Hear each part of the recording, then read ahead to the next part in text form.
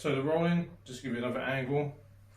If I'm starting this side, when we roll, imagine you're holding an egg in your hand to get that roundness between the index finger and the thumb. Don't let the hand flatten out, otherwise the hand flattens out, it becomes something different, right? Keep the roundness of the hand, and the wrist must flex.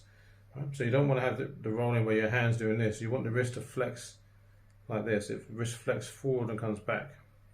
So then your whole body starts to work with it. So here, we roll in.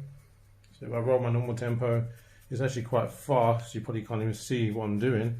It's so fast. So when I start to slow down, you'll see the movement back and forth. And you can see it's quite fast. How does that feel, Lockie? Yeah, really nice. Feels nice? Yeah. You can feel the pressure? Yeah. It's quite firm, right? It's not weak. But when you first start, people will be rolling like this, and you can't really feel much when I do this. But it's okay to start because you want to get the technique. This is quite relaxing doing it like this. It's very light, but eventually you'll be able to sink and add more pressure to it.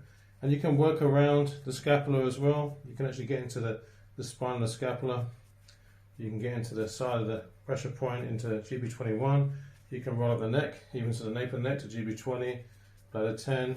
You can come down the do channel, and then you can go to the other side, right? So you can really roll all around this area. I can move it right across and roll up this side, right? Then I can then roll this side, and then I can go back around the other side and roll up the other side.